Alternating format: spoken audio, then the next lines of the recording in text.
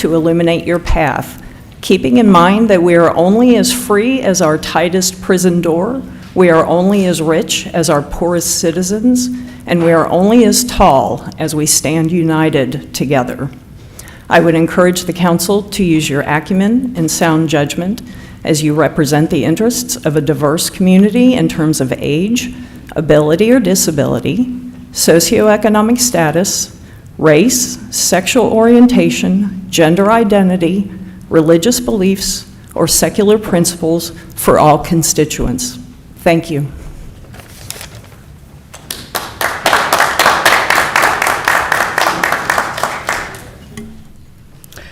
And now we will have our Pledge of Allegiance. Councilmember Williams, can you lead us, please, in the Pledge of Allegiance?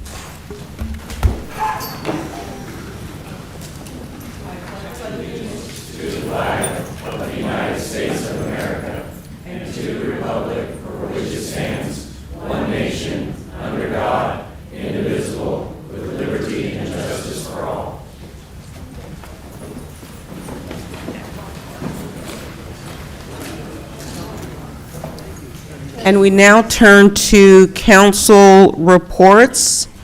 Councilmember Williams, would you like to lead off? Thank you, Vice Mayor. I would like to talk about 3 events, and 2 of them were supporting small businesses. One is the High Flyer Coffee at 680 Parker Road. They are a business that we took from Vacaville, in my mind. They were doing mobile coffee in Vacaville. They are now here located on Parker Road, right outside of Travis Air Force Base. It's a local guy, I think his name is Garrett, and they roast their own coffee, and the coffee is delicious.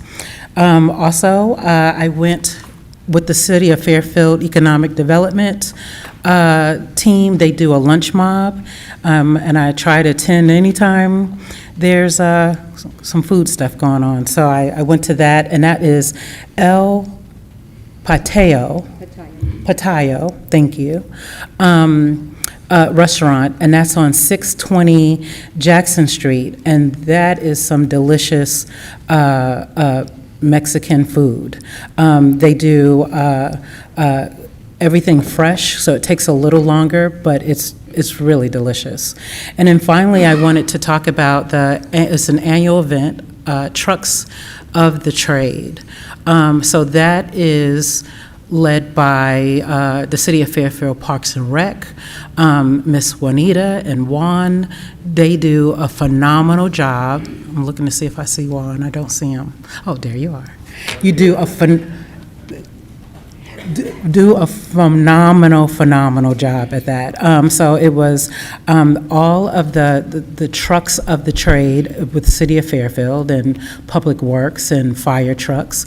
It was kids laughing, and some of us adults really like getting on the trucks as well. So I wanted to announce that because it's an annual event at Cordelia Library, and if you missed it, you got to come next time.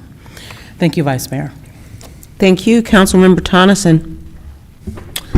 Thank you, Vice Mayor. I'll just talk about the downtown. We're coming along. We should be finishing that up hopefully soon. But we're making good progress. The trees went in.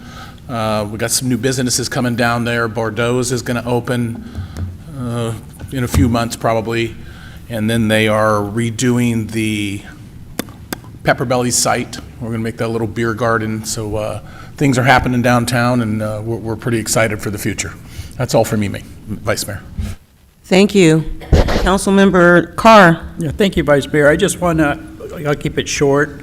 Just remind everybody that we do have the farmers market going on right now downtown at the county yard. Be sure you stop by there, show some support. Also, the summer concert series has started up. The next one's going to be on the 20th, Papa Joe and the New Deal at Rolling Hills Park. Other than that, glad to see everybody in here today, and that's my report. Thank you. Councilmember Panduro. Thank you, Vice Mayor. I think the only thing is that happened June 4th, so right after the last council meeting, was that there was a amazing groundbreaking that happened over where I think most of us are familiar on North Texas, where the bowling alley used to be. So we broke ground on what's going to be a really amazing community space. It's going to have a community center that's going to be leased primarily by Solano First Five. So that's 0 to 5 early education. So it'll be a space where families can go and their young children can get education, but then also families can access resources around housing and food and anything else that they might need. But then aside from that, there's also going to be like play courts, like pickleball and soccer fields. And so it's going to be a really great space and a great addition to the city, but then also to District 5. We don't really usually get new things on that side of town, so really excited to have broken ground and excited to see the building. I think it'll be completed in 2026, so excited about that. Thank you, Vice Mayor. Thank you. Councilmember Sandhu. Thank you, Madam Vice Mayor. Just a couple of things. As mentioned earlier, I had a chance to attend the summer music series out in Green Valley in Cordelia, which was a really nice time. And then alongside the chief and Miss Christine, we had a chance to check out the Safe Quest fashion show, which helps raise money for victims of domestic violence. It was my third year attending that.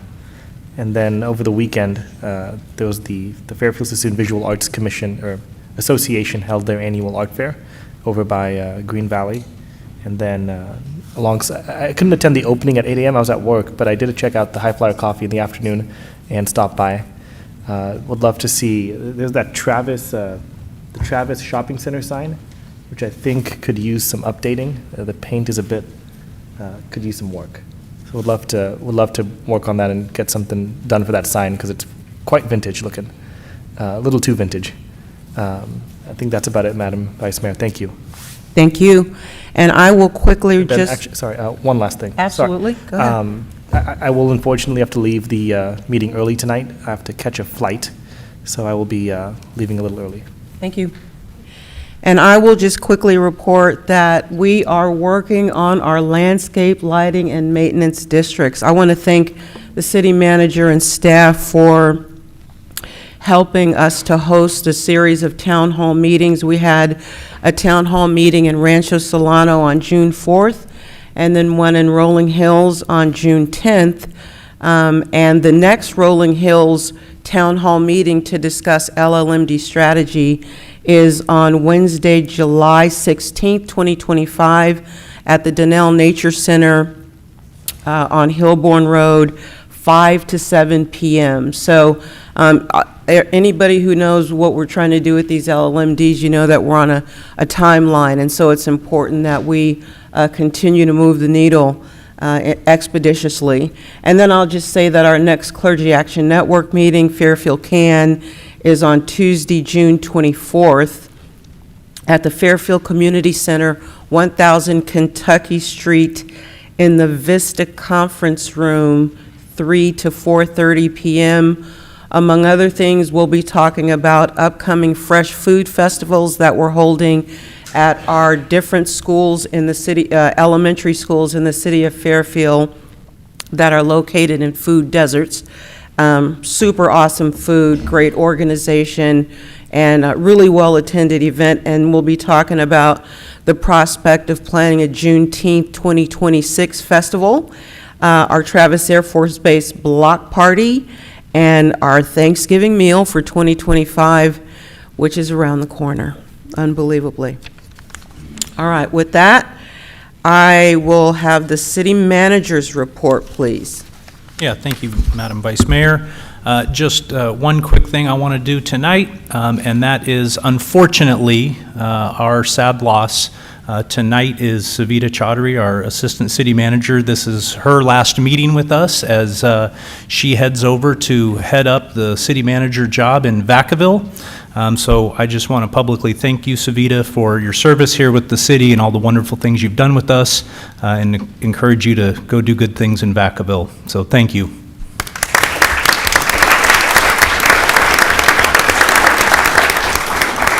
There are no changes to the agenda. Thank you. Thank you. Mr. City Attorney, your report, please. I have nothing to report. Thanks. Thank you. Madam Clerk, your report. Thank you, Vice Mayor. Just that we have 3 seats open on the Measure P Oversight Committee. The deadline to apply for that is Friday, July 11th. You can email cityclerk@fairfield.ca.gov for more information. They only meet 4 times a year, so it's not a huge commitment. Also, the Landscape Oversight Committee, we still need a seat filled for District 2. And again, you can email cityclerk@fairfield.ca.gov. And then lastly, the Youth Commission, we're always recruiting for that. It's just ongoing. So again, you can email me for more information. Thank you. Thank you. Before we move to presentations, Councilmember Sandu, you had one more comment. Yeah, just one thing. I forgot to mention one more name. I just saw him walking. Our commissioner from the Landscape Oversight Committee, LaTroy Smith, also joined us at the Safe Quest event. So just wanted to say thank you for coming. Thank you. And now on to presentations. Presentation, proclamation declaring Juneteenth National Independence Day, presented by Councilmember K. Patrice Williams to Pastor Vernon Burrows of Community United Methodist Church.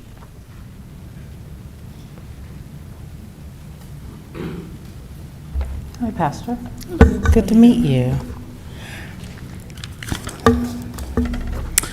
Hello, everyone. So, Juneteenth, National Independence Day, June 19th, 2025. Whereas June 19th, known as Juneteenth, and officially named Juneteenth National Independence Day, is also known as Freedom Day and is a federal holiday in the United States. Sorry, I lost my place. Anniversary of the abolition of slavery in Texas on June 19th, 1865.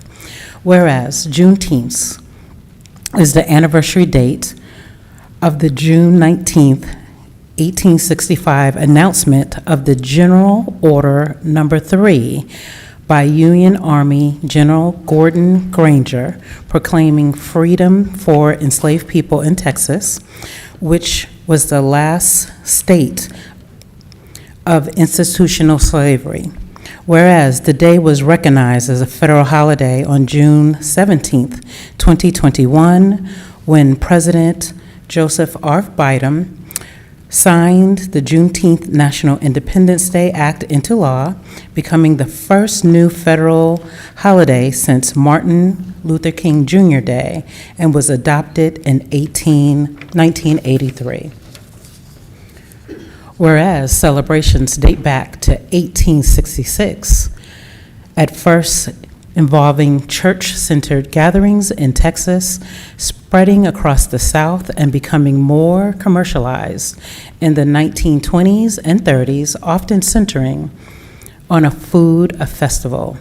And whereas during the civil rights movement of the 1960s, these celebrations were eclipsed by the nonviolent determination to achieve civil rights, but grew in popularity again in the 1970s with a focus on African American freedom and arts. And whereas with Texas by proclamation in 1938 and by legislation in 1979, every U.S. state and the District of Columbia have formally recognized the holiday in various ways. And whereas traditions often include public readings, singing traditional songs, such as Swing Low, Sweet Chariot, and Lift Every Voice and Sing, and the reading of works by notable African American writers, including Maya Angelou and Ralph Ellison, whereas Juneteenth celebrations also include rodeos, street fairs, cookouts, family reunions, park parties, historical reenactments, and Miss Juneteenth contests. Now, therefore, Kat Moy, mayor of the city of Fairfield, proclaims June 19th 2025 as Juneteenth National Independence Day in the city of Fairfield and urge citizens to educate themselves about the historic significance of this day and embrace the city's cultural and ethnic diversity. We would like to give this to the Fairfield Community United Methodist Church, being led by Pastor Vernon Burrows. Yes? So thank you.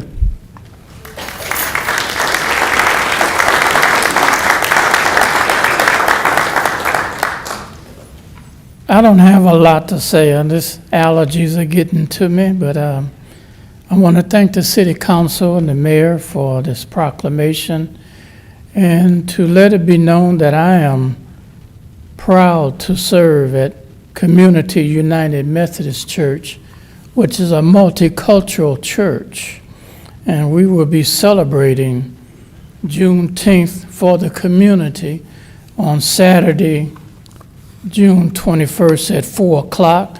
Our choir will be in concert, as well as we have a guest choir from Oakland, California, the Brookings African Methodist Episcopal Church Choir. And after that, dinner will be served. Won't cost you a penny. All you have to do is show up with a listening ear for the gospel of Jesus Christ and with an appetite to go along with it after the celebration. God bless you, and may God keep you, is my prayer. Bless you.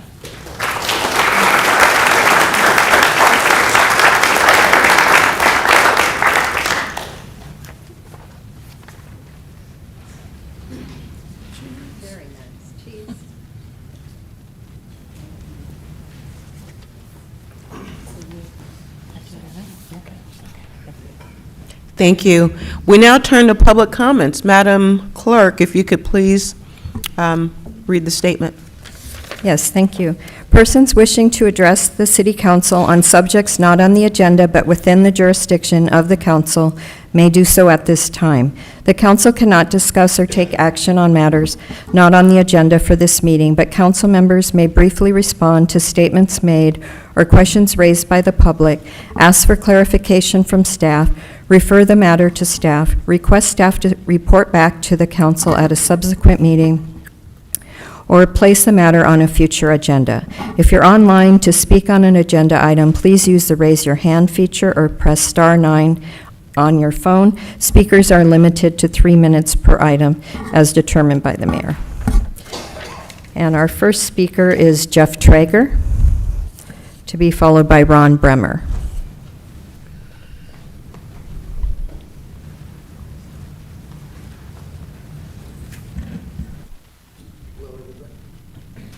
Hello, everybody. I just want to remind everybody, coming up in about 10 days, the Kurt Johnson's Vineyard Jam, which brings on new country music. It's a country music festival. We have 2 stages. We have 8 up-and-coming, hot, new, emerging country artists, and that's at the Hollister Stadium at the Solano Community College. It's a fundraiser for Solano County youths, and I sound like Joe Pesci.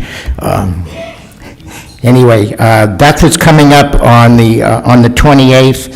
You can get your tickets by going to vineyardjam.com. Also, on July 12th, the Missouri Street Theater adaptation of Shrek, and that'll go for 6 weeks. You can get your tickets by going to downtowntheater.com. And again, remind everybody, this Friday, Papa Joe at Rolling Hills. Thank you very much. We had a very good turnout last week, and hope to see more of you. Thank you. Thank you, Jeff. Next is Ron Bremer, to be followed by Phil Stewart. Evening, everybody. My name is Ron Bremer, and I will be brief as soon as I get my phone to flip so I can read it. Okay. Fairfield deserves and has the best public workers in the county, from fixing broken infrastructure to responding on weekends and in storms. We show up 24/7. You can always count on us. But even with all that dedication, some of us cannot afford to live in the city that we serve. If Fairfield wants to keep attracting and retaining the best talent, we need living wages and fair pay. That's how we protect the quality of life for everyone in the city. Thank you. Thank you.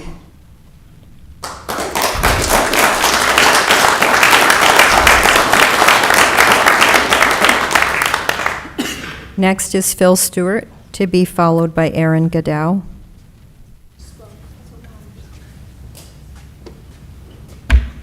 Hello, Council. I don't really have anything prepared. What you're looking at behind you right now,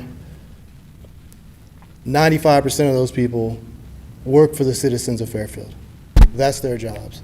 The ones that come in at all hours of the night, that do the things that most others won't. These people go above and beyond to perform their jobs on a daily and weekendly basis, 24 hours, 7 days a week.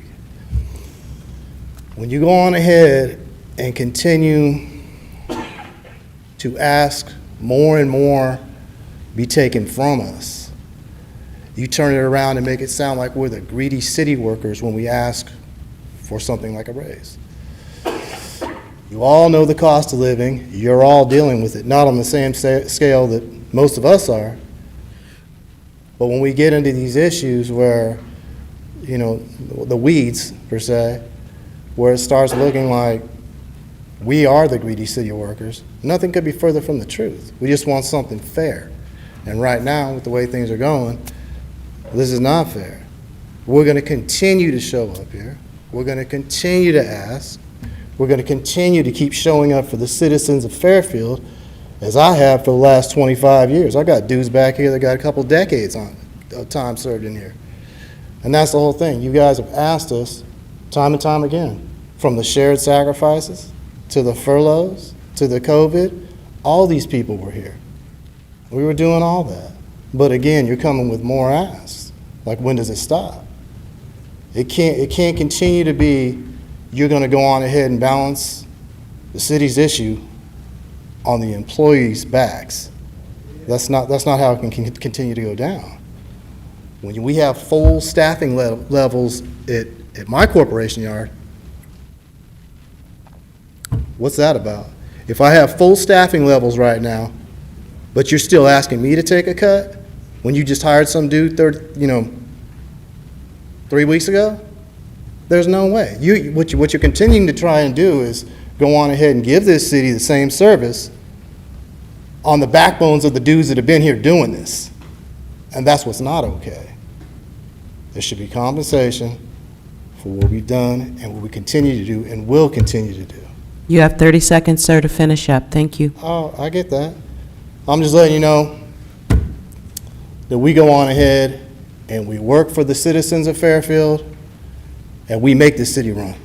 That's it. Thank you.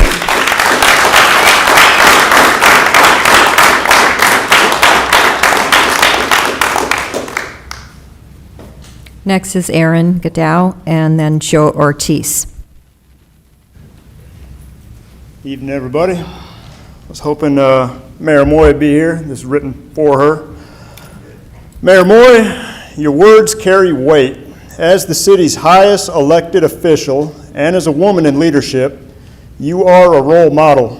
The comments made at the last council meeting were deeply disappointing. Whether they were meant as a joke or not, our livelihoods are not a punchline. Our families, our children, they're watching. And we need leaders who take working people seriously. Please come to the table in good faith and help us reach a fair contract, because our families are not a joke. Thank you.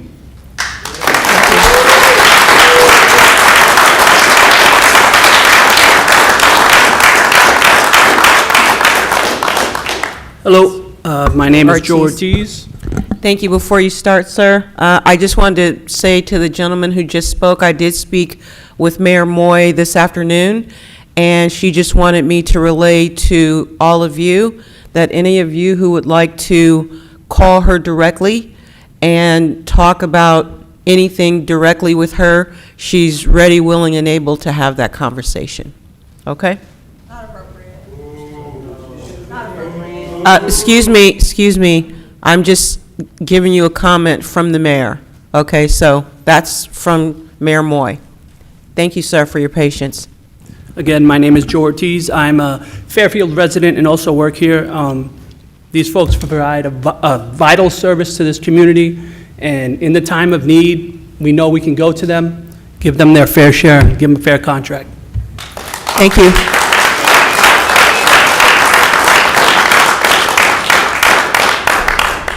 I don't have any other speaker cards. Did anyone else wish to speak? Oh.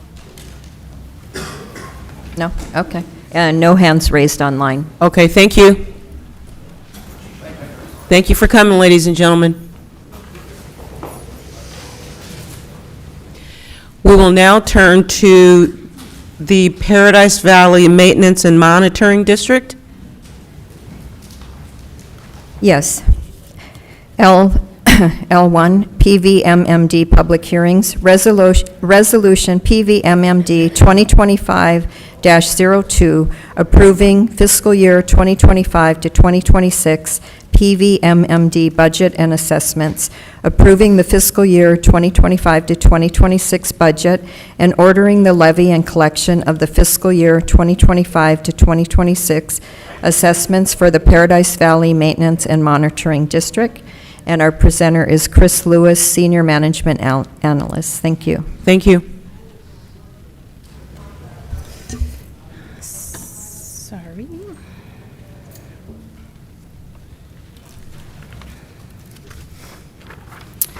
Good evening, Chair, Vice Chair, members of the board.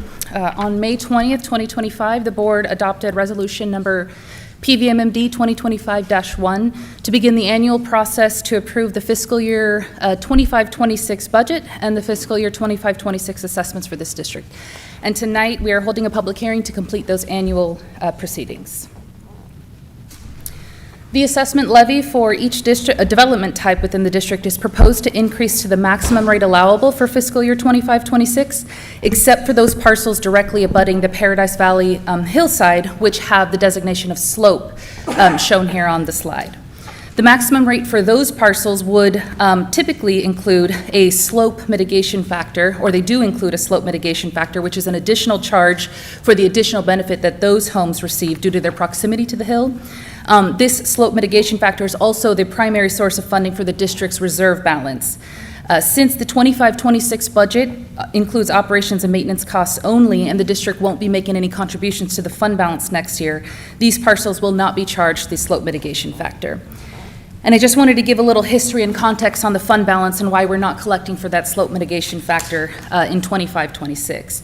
So in 2018, the city conducted a reserve fund study for the district, and at that time, it was determined that $1.7 million was an appropriate reserve amount to address any large-scale geologic events. Following that, in 2022, the city revisited that 2018 study. We conducted another reserve study based on some concerns raised by PVMMD residents. And then after the consideration of some new developments that were in the area, we had some updated budget numbers. We took a look at the updated site conditions, and a new recommended reserve amount was adjusted down to just a little bit lower at $1.57 million, and that was in fiscal year 22-23 dollars. And that's shown here to the bottom left of the slide where it says target fund balance. This reserve amount does increase by the CPI each year, and this is to ensure that the district can maintain buying power from year to year and address any large-scale events in the future. So after that 2022 study was published, the residents who requested the review of the reserve study also requested of the board a refund of the difference between the recommended fund balance, which was $1.57 million at the time, and the actual fund balance of just over $1.6 million. However, in July of 2024, the board heard that request and did not approve that request for refund. However, the board did direct staff to adjust future assessments and budgets so that the district would just maintain that recommended reserve amount each year, and we wouldn't be exceeding that reserve amount in any given year. Up to that point, since the reserve target was met, the city was only collecting the amount needed just for the operations and maintenance cost each year. That means for the past 3 fiscal years, the city was not collecting maximum rates. However, during the development process for fiscal year 25-26, in order to meet that target reserve amount of just a little over $1.7 million, the city would have had to start collecting max rates for all parcels, including collecting for that slope mitigation factor. But also during the development process of this year, staff did meet with the 2 PVMMD residents who brought the refund request to the board back in 2024. And it was agreed that at least for 25-26, the city would follow the previous practice for the last few fiscal years and only collect for operations and maintenance. Now, this agreement was made because the city acknowledges that, first, the city acknowledges that for the slope parcels, the jump from levying only what's needed for operations and maintenance to levying also that slope mitigation factor can be quite large for just those homes that are affected there against the hill. Although the 2022 reserve study and then the July 24 staff report and presentation did confirm that that 1.57 million target reserve would increase by the CPI each year, we understand that it might not have been exactly clear on how that would affect the assessments in future years, particularly for those parcels against the slope that are being charged that slope mitigation factor. So in an effort to give the residents some time to prepare to pay that slope factor in future years, the city is pushing out the collection of that slope factor to fiscal year 26-27. Of course, staff does recommend that we don't push it out much further than that, because as you can see with this 5-year projection here, that even with collecting maximum rates over the next 5 years, we don't anticipate meeting that target reserve amount unless budgeted or actual expenses are lower than projected budgets at the moment, or our interest rates of return are higher than anticipated. Just to be clear, though, today's proceedings are to approve fiscal year 25-26 budget and assessments only. We will be back next year and each year thereafter to propose the annual budgets for all future fiscal years. We just wanted to give you this slide so you can see how the target fund balance is affected even with collecting maximum rates. So for fiscal year 25-26, the revenue is proposed at a little over $100,000, and this includes just under $84,000 of assessment revenue and a little over $16,000 in interest earnings. This revenue will just about cover the $103,000 of budgeted expenses for this year. But again, even with collecting this amount here, we do anticipate a gap between the actual or anticipated ending fund balance at the end of fiscal year 25-26, which is about $1.66 million, and the target fund balance for the end of fiscal year 25-26 is $1.7 million. So the last step in the annual approval process is to hold a public hearing and to adopt the resolutions to approve the fiscal year 25-26 budget and order the collection of fiscal year 25-26 assessments. I'm available for questions. We also have Eric Harrell here from NGO. NGO is our geotechnical consultant who helps administer and manage the Paradise Valley Maintenance and Monitoring District. Thank you. I'll open the public hearing now. Do we have any public speakers on this item? Yes, I have 5 speaker cards. First is Theda Peck, to be followed by Tony Peck.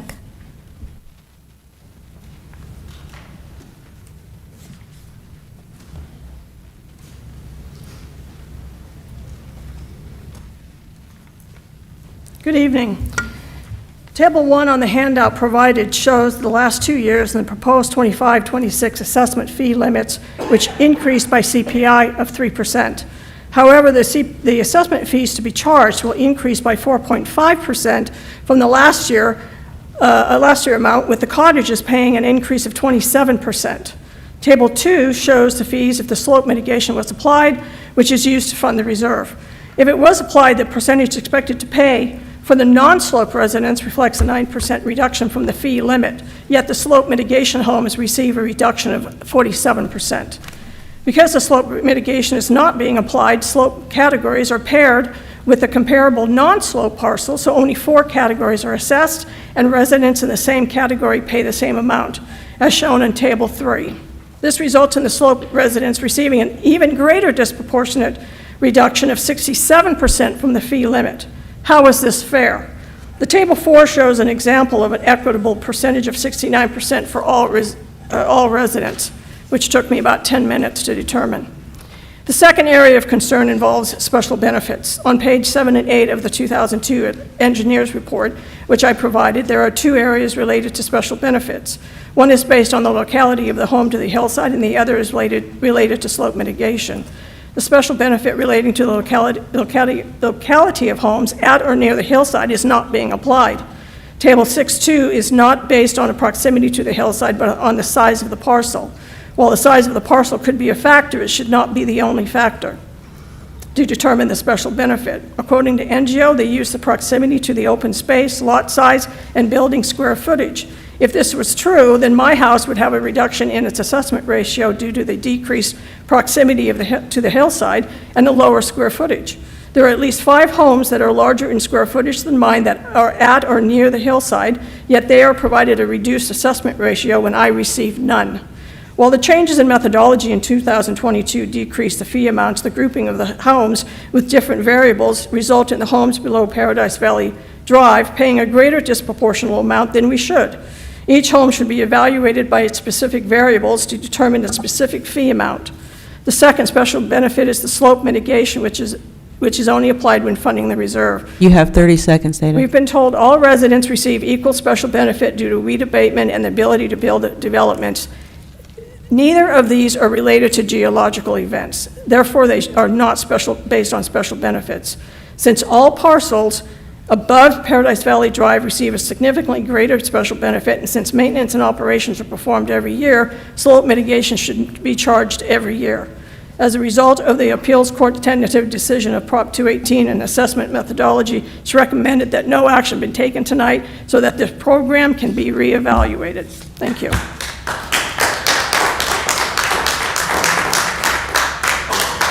Thank you.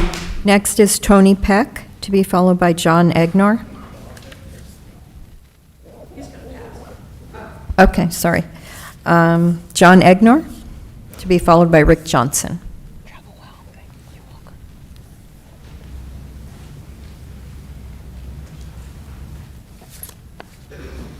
Good evening. I just respectfully ask that you consider everything that Theda just shared with you.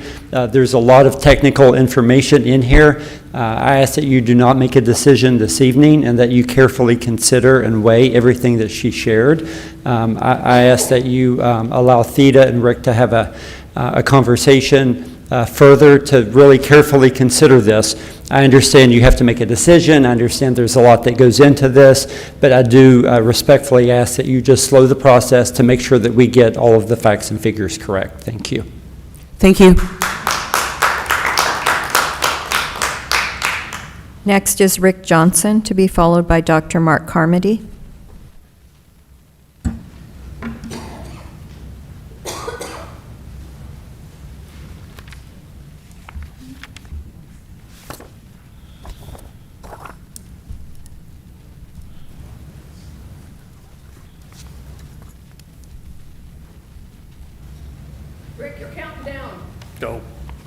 No, the clock's not running I yet. restarted it. Okay, go ahead.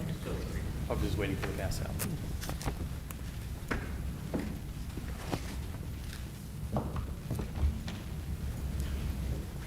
Good evening. I will actually be very limited comparatively. I'm not going to try to address all the things that need to be addressed because I only have the 3 minutes. In 2010, NGO created the Engineers Report and Plan of Control for the Geological Hazard Abatement District, the GAD. The Engineers Report stated that all of the homes on Couples Circle, I live there, and the Enclave, low-density zoning, would pay the same rate. Yet, the yet-to-be-built new developments of Paradise Valley Estates and Paradise 360, medium density, would be assessed at approximately half the amount seen in Couples Circle in the Enclave, but each of the units of these two smaller units would also be paying the same amount. And if you go to page A, the district engineer hereby finds that the properties within the district receive approximately equal special benefit from the work and improvement within the GAD. As a result, the GAD assessment is distributed among all property owners within the GAD. And number 2 down there, single-family lots, Area K, that's Couple Circle and the estates, will be equally assessed, equally. equally assessed as one unit. Medium-density units, the small ones, will be assessed at a lower rate compared to the low-density units. This original engineer's report did not make a differentiation between properties that would clearly benefit from the improvements of the hillside and those that would never benefit from those improvements. All properties with similar zoning density would pay the same amount. That was the methodology. And this is on B, the highlighted area. The engineer recommends an annual assessment limit of Paradise Valley of $940 per detached single family within Area K and $470 with each of the units within the small I and L. Again, they're paying the same, equal. In 2022, NGO completed a new engineer's report and created 8 different categories. No longer 2, 8. All with different assessment levels. This is page C. If you look at all those different categories, there's 8 of them. They're all different. No longer 2. There's 8. The ad hoc committee for the Paradise Valley Maintenance Monitoring District met on the 29th to discuss the concerns that we had expressed at earlier meetings about the ongoing changes from the 2010 approved program. Ryan arranged for NGO to be present. The question I asked them was, how can you, NGO, make so many changes from the original engineers program and change the methodology so much and still be in compliance? As we've learned, you need to be in the same methodology. The NGO representative stated there were 2 reasons the methodology had evolved, and those were his words, was that it had evolved, and in the 22 report from the 2010 report. You're about out of time, Rick. The other attachments there will give us greater explanation. It's not up to me. I didn't use 30 seconds, but it's got to be on the person. I should have arranged that. That's my fault. Dr. Mark Carmody. It's an honor to speak before the City Council. As board members on the GAD, you're not doing a good job, I don't think. Please, all the information, Rick and Theda, I told them, I said, you guys are wasting your time. I'm like, I see a lot of deer in the headlights up here. Lots of information. Please go over it. You keep kicking the can down the road. Yeah, we want a rebate. For 10 years, some of us residents built up the reserve, the 1.57 reserve. That was supposed to take 40 years, it took 10. That's one issue. And you voted against, unanimously voted it down, or you passed it down the line. These different, to me, I keep it simple. I would just have one assessment for everybody, maybe a second one for those slope people, and again, to keep it simple. So anyway, that's all. Thank you for your time, and again, you're awesome. Thanks for putting up with me, but I'm not happy just as board members on this issue. I think there's a lot to go over, and I think you just kind of rely on staff to give you stuff, and you rubber stamp it. That's just a perception I have. Thank you. Thank you. I don't have any other speaker cards. Did anyone else wish to speak? And there are no hands raised online, Vice Mayor. Okay, then I will close the public hearing and bring it back for council consideration. Colleagues? Anybody have any comments, questions? Okay, well, I do. So the first thing I want to ask about are the assessments, the methodology for the assessments. So this budget is based on a new methodology? Not the budget, but the assessments. The assessments that's based on a new methodology? Correct. When was this methodology adopted? In 2022. In 2022. And then the methodology before that was what? Adopted in 2010. Okay. So my question is, one of my questions is, how are we changing methodologies without triggering a Proposition 218 process? Because the primary factors that trigger Prop 218 process is if you were to increase assessments greater than the assessments that were approved by a Proposition 218 ballot. So the assessments that were established in the 2022 engineers report do not exceed those assessments that were established by the 2010 Proposition 218 ballot. A second instance of when a Proposition 218, another Prop 218 vote might be triggered is when you're substantially changing the scope of work. So if we were saying, hey, we're taking care of this hill and we're now taking care of a hill across the way and we're going to take care of some of the golf course frontage, for whatever reason, then that would be substantially changing the scope of work, but neither of those conditions were met. A change in methodology triggers Proposition 218. Mr. City Attorney, is that correct? Not necessarily. Are you sure about that? Well, this... Because Proposition 218, the law says that all existing, new, or increased assessments are subject to Prop 218. All new, existing, and increased. So the fact that it may or may not have increased, and I have a question about that, is not the only factor that triggers Proposition 218. Is that right? Correct. Okay. So then, if these are new assessments that we're talking about? No. Why not? Because they're just, the assessments already exist, and they were already approved with a balloting process in 2010. And the change in methodology first was requested by Mr. Johnson and Ms. Peck back in 2022. There was a request to review the engineer's report because at the time, everybody being charged the same rate was, at the time they had wanted us to consider to make sure that we were apportioning special benefit appropriately. In 2010, when the engineer's report was created, based on Proposition 218 and all the case law up to that time, that was the appropriate methodology to apportion special benefit. Since then, there's been new case law, and since we're reconsidering the methodology, or redoing the engineer's report, I should say, and modifying the existing assessments, all of that new case law had to be considered, which is why we now ended up with 8 different categories as opposed to the original 2 from the 2010 engineer's report. I don't agree with that. I'm looking at an Attorney General opinion right now, and a quote from that opinion is this. This is the California Attorney General speaking. Although the amount of each increase was known beforehand by the landowners of the district, so there was a range that existed, the increases could not be levied without Prop 218. Mr. City Attorney, am I correct on that?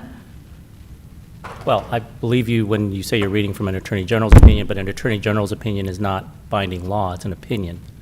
It's not case law that can be cited as law. It's an opinion of the Attorney General subject to Well, it was confirmation. cited in the California Court of Appeals as precedent that the Court of Appeals listened to last Thursday, which is where I got this cite from. That's where I got this opinion. And it was argued as precedential, and the Court of Appeals seemed to accept, not seem to, they did accept it as precedential value, a California Court of Appeals opinion. So I would remind the Vice Mayor that last week was oral argument on a hearing where my office represents the city of Fairfield in an action against a homeowner. There was an oral argument. There was a tentative ruling. Yeah. The formal opinion has not yet been issued. Yeah, I didn't mention the tentative ruling. The Court of Appeal has not accepted any decision or issued any opinion. However, it is in the sound discretion of this body as the board of the PVMMD.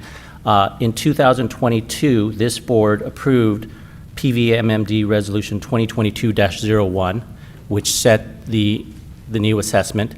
If this board has changed their minds about that, it is in their clear discretion to say that you want to go back on that, and you can advise staff accordingly. But right now, what I'm working with is an approved resolution from 2022 by this board, and it is obviously within the chair's sound discretion to ask fellow board members to reverse that decision and not approve this particular resolution.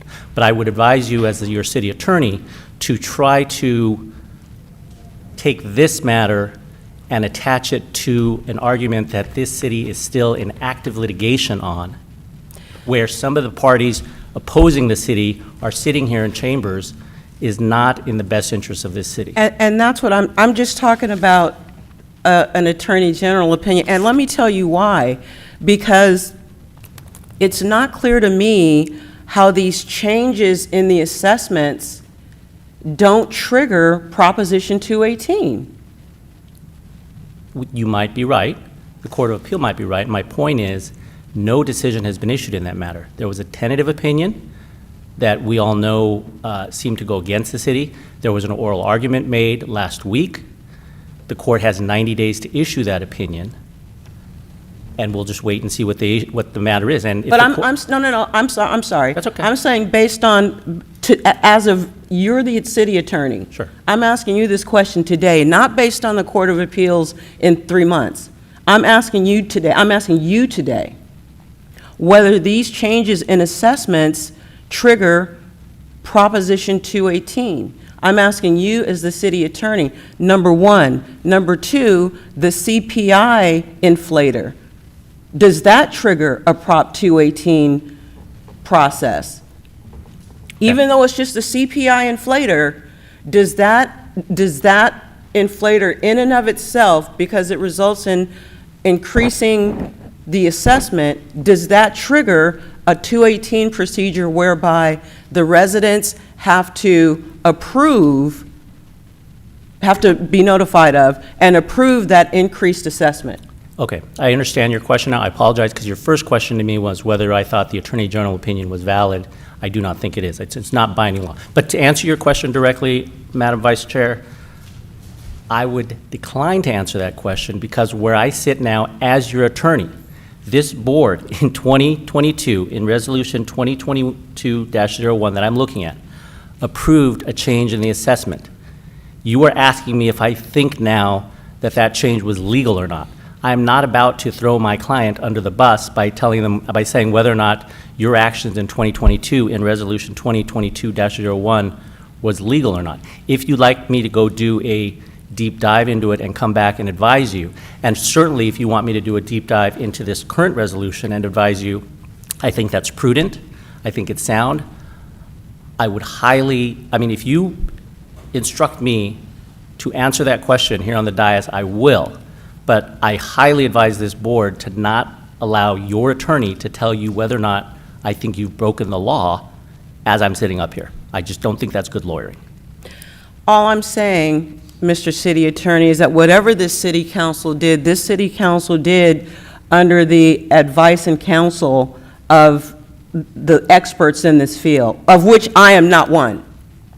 I am no expert in LLMDs or assessments and all that stuff. I'm not the experts on that, and neither are my colleagues up here as well. I'm just asking these questions because they're questions that have surfaced, and it's my responsibility, and it's everybody's responsibility up here to make sure that what we're doing is right. That's all. No, I completely understand that, and so I'll go back to what I said. I think everything you say makes sense. I'm just saying that as your attorney, I don't think it's good practice for me to offer my opinion here at a public meeting to this board. And just to clarify, this is a PVMMD board, not the city council.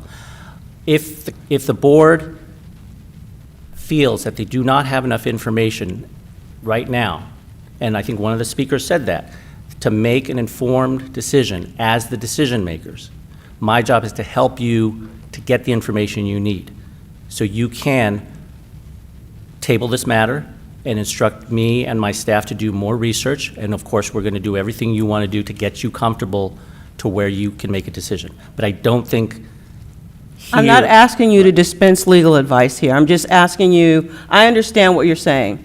So I don't know if my colleagues have anything to say on this. I'm gonna strongly recommend that we table this issue until we have a clearer direction in terms of some of the answers to my questions definitively. So that what we're doing, at least we're just trying to get to the right thing. And if it takes a little bit longer to do that, I'd rather err on the side of accuracy than to hurry and do something that may not be the right thing to do. That's all I'm saying. So of course, this will be resolved, but tonight, I don't believe, I know I don't have enough information to make an intelligible decision regarding this matter. And I would really ask my colleagues to think about that, to think about, you know, it is a cost-benefit analysis. And I think the cost of waiting a little longer to make the decision outweighs the benefit of voting for it right now. We can vote on it when we have a clearer sense of the facts before us and the law. I'm asking for, do I need to make a motion for that, or? I think you did. You made a motion to table. That's what I heard. Is that a motion to table? Okay. Yeah. So yeah, based on what I've said, I'm making a motion to table. Do I have a second? Sure. Is there implications to that? Is there implications to tabling for longer time? If we can, well, I guess the public hearing is closed. We could still make the August 10th deadline to get the tax rolls to the county if we bring this back on July 1st. Or, you know, sometime before then, whenever the board directs us. Councilmember Williams? Thank you, Vice Mayor. So if we wait until July 1st, what we're waiting for is what exactly? Well, no, you mind? Or do you Oh, no, want? go ahead. So what I've heard is the vice chair has significant concerns based on this public hearing, which is, you know, completely legitimate. I have looked at the information provided by the speakers, which I thank them for.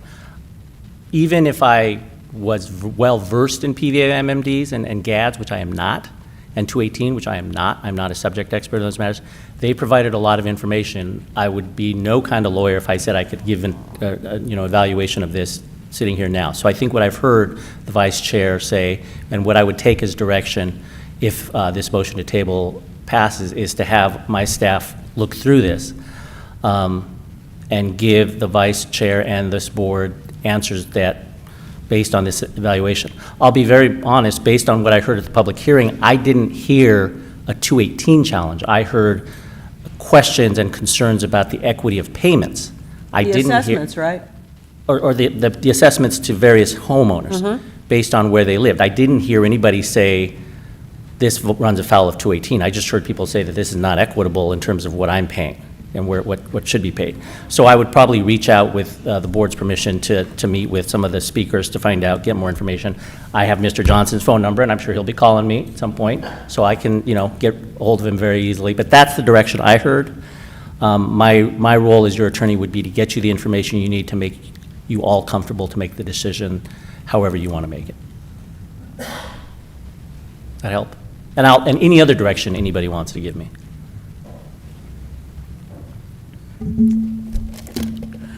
So, I'm your second. Thank you. So, yep. Just one clarification, by table it, I assume because it's a public hearing, what you're really looking to do is to continue the public hearing till July 1st? Right. Thank you. That's correct. So there's a motion and a second to continue this public hearing until July 1, upon further receipt of information from the city attorney. All in favor? Aye. All opposed? I recommend a roll call vote because I saw hands go Roll up. call, please, Madam Clerk.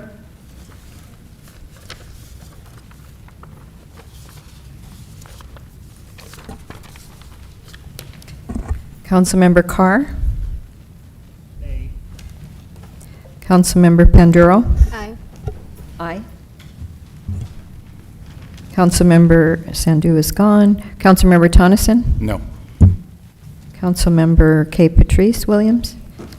Yes. And Vice Mayor Bertani? Yes. Thank you. It's 3-2. Okay, so that's continued to July 1st. And I have direction from the board. Thank you very much. Thank you. We'll now turn to the joint meeting of the City Council and the Housing Authority. Okay, the holding of a joint meeting of the City Council and Housing Authority entitles the council members to receive additional compensation of $35 for attending this joint meeting. And the resolution is N1.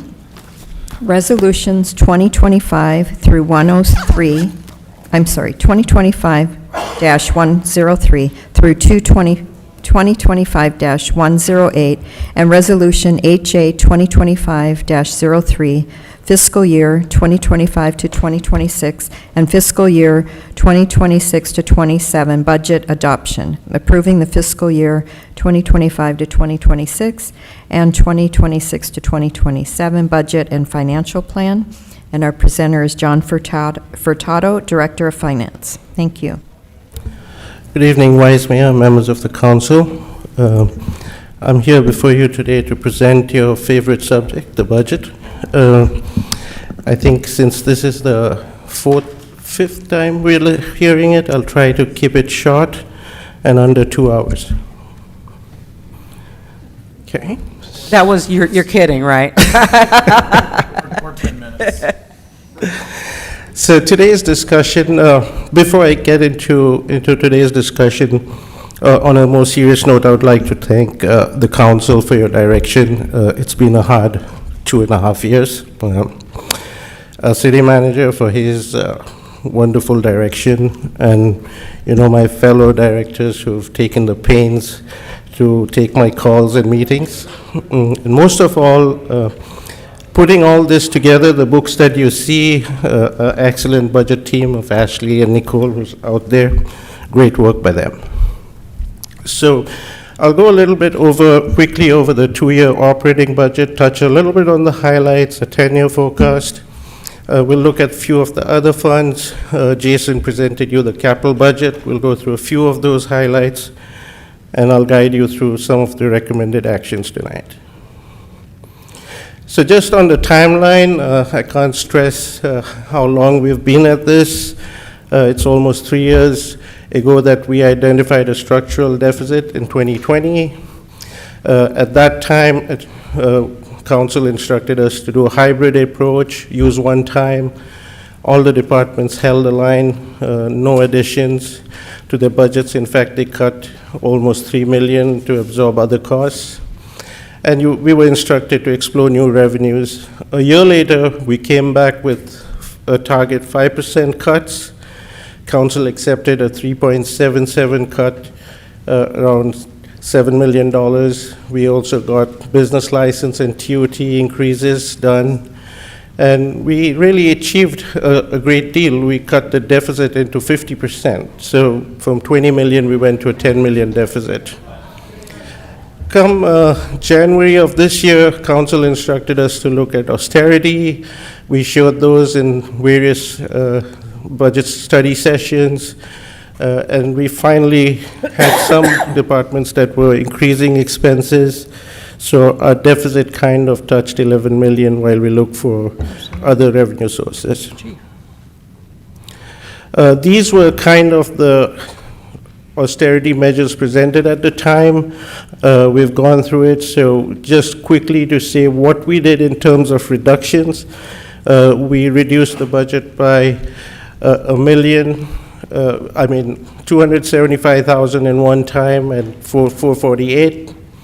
But at the same time, we also had increases of $1.5 million. You heard about it, animal services and others. So our budgets increased by around $1 million ongoing. What were those reductions? Mainly in IT, a few cuts here and there, shifting the winter shelter to the IGS fund, etc. And then a summary of where the new increases came about.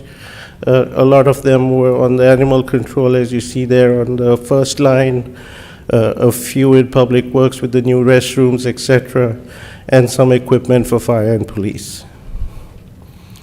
Non-general fund, there were some requests for additions. We got several vertical constructions going on. We are going to hire 2 civil engineers for that, and that's a limited duration. The cost really justifies because contracting those out would cost us over $2 million. We also need some support in the water side, and we're converting one of the IT analysts from a limited duration to a permanent position. The current year that we are in, again, has the similar increases in animal control as well as animal sheltering, and then a little bit with our fire overtime due to the strike team and other injuries that we have. So a total addition to this year of around $1.3 million. So the general fund summary that you see here, our revenues are projected to be at $142 million, while our expenses are at $153. And that slice up there shows us that ongoing deficit, which we are trying to address over the long term. Moving to the general fund revenues, majority of our revenues, over 81%, come from taxes. Property taxes is the highest at 30%. Measure P as well as sales taxes is at 37% combined, so that's a big chunk of our revenue sources there. And then when we talk about development and other kind of charges for services, that's less than 10%. Looking at the expenditure side of it, 63% of what we spend comes from public safety. And then if you take that pie from public safety, it's around 40% to police and 23% to fire. Now, that part in the last budget cycle was 67%, with police at 44%. So police has done, our police chief has done a great job in helping with the budget structural deficit and reducing some of those budgets there. While everybody else's strikes, the next biggest chunk there would be public works at 14%. Looking at the breakdown of the general fund, from the $152 million that you saw, personnel is $108 million, so 70% of everything we spend. In fact, it's almost 71% if you take into account some of the adjustments we did on people, right? So that's where most of our money goes. And then looking at what a revised structural deficit is, this chart basically projects the great work that we all have to be proud of. We were looming there in the 20 to 22 million deficit on that top line in orange. We brought that down considerably down to that 11 million. And we hope that with a successful polling and measures, we can increase some other revenue and come right into that line, the black line, which would be a balanced budget going forward in the long term, which is always healthy. Citywide, all funds, so we have a really large budget. $414 million in expenses across all funds. With the general fund portion, a little under 40% on the 38% on the expenses and 40% on the revenue side. Now, a lot of times when people look at this slide, they think that, oh, you're bringing in less revenue than you're spending. It's not entirely true because a lot of these funds collect money over the years, and then you have a big project and you spend the money. So the 414 doesn't mean it's all from this year's revenue. It's revenue that has been generated over time, so important to remember that. Other funds, golf funds, thankfully one of the good things to come out of COVID is they turned positive and have been positive so far. With a new operator, revenues have been robust, but there are needs, as you see there. In this budget cycle, even though we are talking about $800 to $1 million in revenue, we still have significant expenditures there, the irrigation and other unbudgeted requests. So a lot of the inflows that we'll be getting will be spent towards projects, and that really doesn't cover everything. but we have more needs. If you see here, we almost have 3 million in needs for the golf fund that hopefully we'll be addressing in the future as the revenues hold robust. And then the left side of the screen just shows how many rounds of golf has been played, and we see that increasing, which is a good sign. Other funds, later today you'll be hearing on the water rate study. This one just shows that we haven't raised rates for the last 4 years, and the prior 4 years we raised them by 4%. Having not raised water rates has put us into a loss this year. So we actually are losing money in 2024 and in 2025, and we'll continue to lose money if we do not adjust those rates. So it's really important to take care of long-term needs, and you will see that in the water plan, so I won't stress too much on it. On the other funds, primarily talking about housing, so we have the Section 8, which receives almost 600,000 in support, and then the CDBG almost break even, but in general, the other costs to run our housing run about 1.5, 1.6 million. So effectively, we need around 2.3 million of support to housing. We have been using one-time monies to support housing from sale of land, RDA monies that come through. Hopefully in the future, inclusionary housing will give us a sustainable stream, but for the current budget cycle, we are relying on a property sale to balance the budget. Otherwise, the general fund would have to provide support. Other funds, a little bit of a worry is on our transit side. As you see, ridership has really crashed after COVID. Yes, we did lose routes, but it has just got progressively worse. There is usually a 20% fare box recovery, so you need to recover 20% of your expenses from ticket sales. That was waived during COVID. It's expected to come back next year by June 30th, if nothing changes. But we are at a paltry 3.91%, so that's a worry. I know our Public Works Director is working on strategies for the future, developing long-term financial plans and looking how we can turn that around, and we have to turn that around quickly. On the capital projects currently underway, close to 120 million, Fire Station 36 and 39, two big projects. The two bids just came in under the engineer's estimates by around 4 million, which is great news. That's going to keep those two projects within our scope of budget.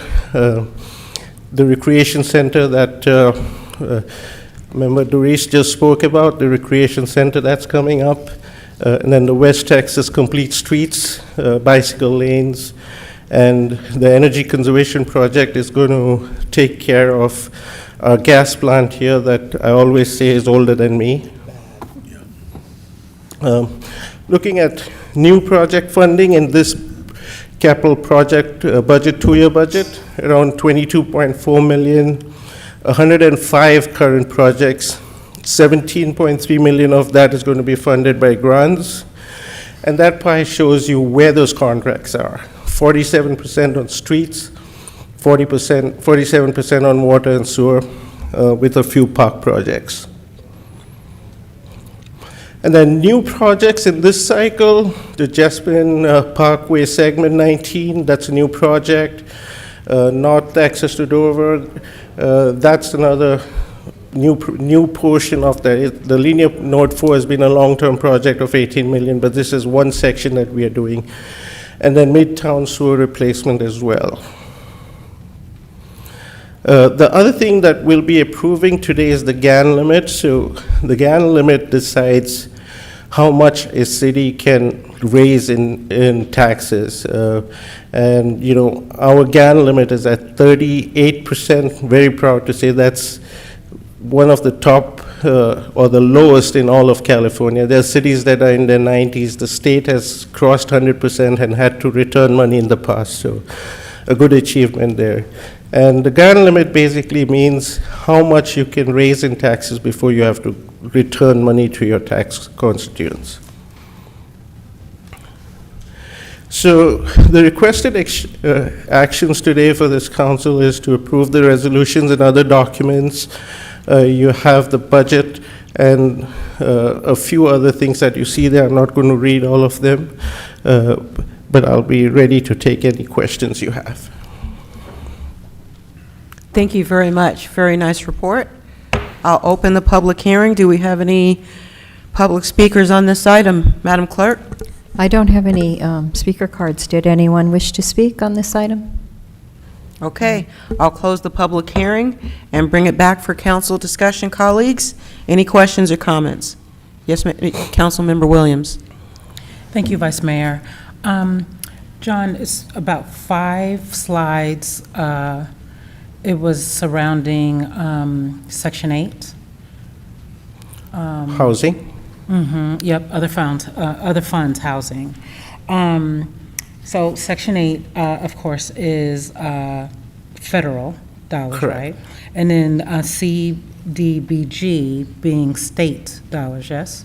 So, It is a pass-through. No, it's a pass-through from CDBG is the- federal. CDBG comes from HUD, federal government. Yes, thank you. So my question is, so it's in a negative now. So my question is, are these allocated funds? Could these be pulled back?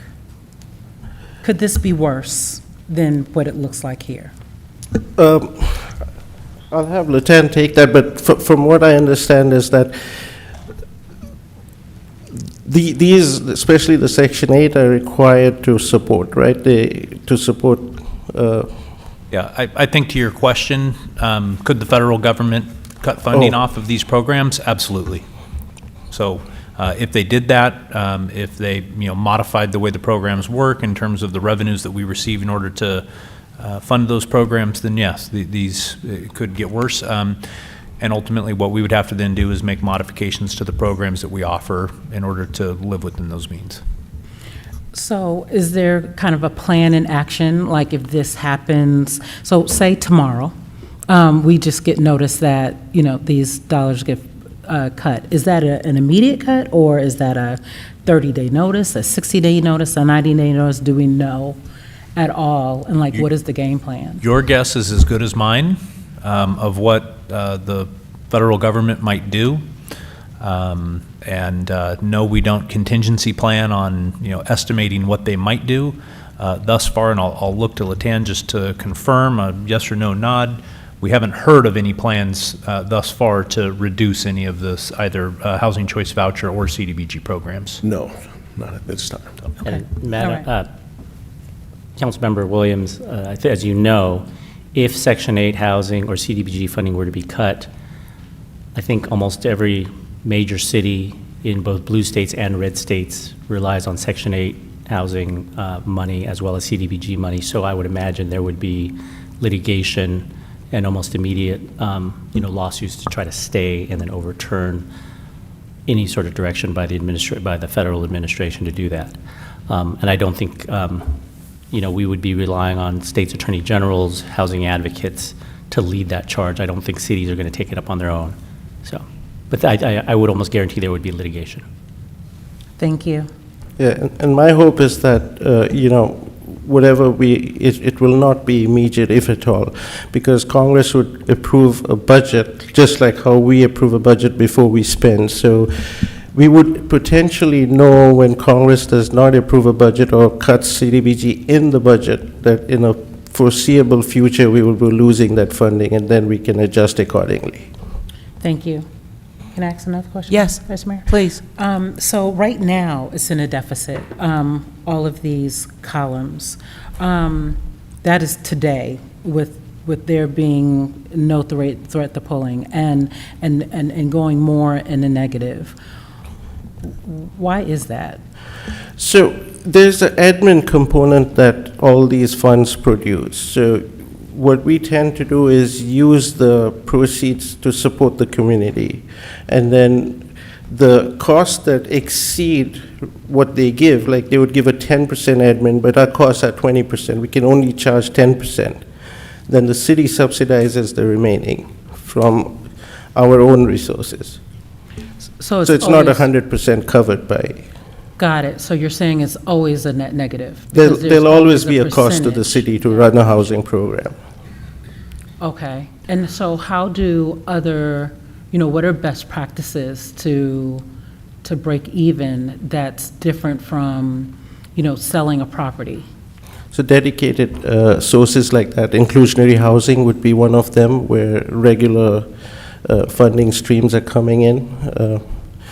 Another part is a lot of cities have a general fund allocation that will support housing for the administration side. So we wouldn't really put our money to provide that Section 8 voucher, but we would provide the staffing to issue that voucher, if I may.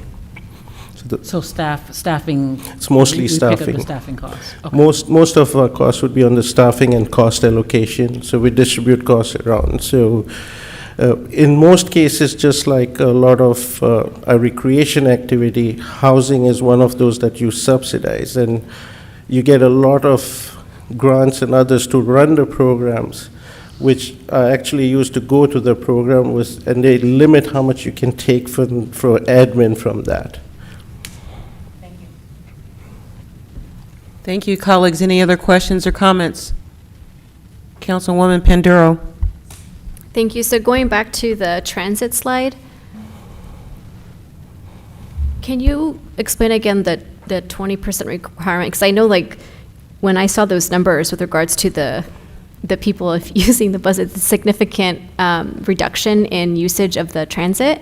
Correct. And so I guess my question, aside from explaining the 20% requirement, at what point do we go into a negative, or what happens when there's even less people riding the bus? Is there something that is done?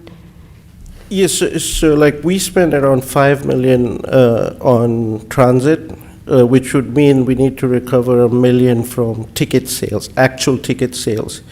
So if we are unable to recover, we are at a risk of losing that $5 million as a grant. So we would get zero if they were to technically enforce this. Now, for a fact, this is not just a Fairfield problem, it's a statewide problem. No transit agency is able to hit this. So the hope is that June 30, 2026 deadline might get pushed, but we are also working on how we can change things around to bring this number higher. Can someone speak to what regional collaboration could look like? Good evening. So the regional collaboration, that what we are looking at right now is to figure out a way to purchase regionally buses or other equipments, and also if there is any possibility of future collaboration, route sharing and all. We're just in a, basically in a phase in a discussion, and if anything actually comes up, we'll bring it to the council for further discussion.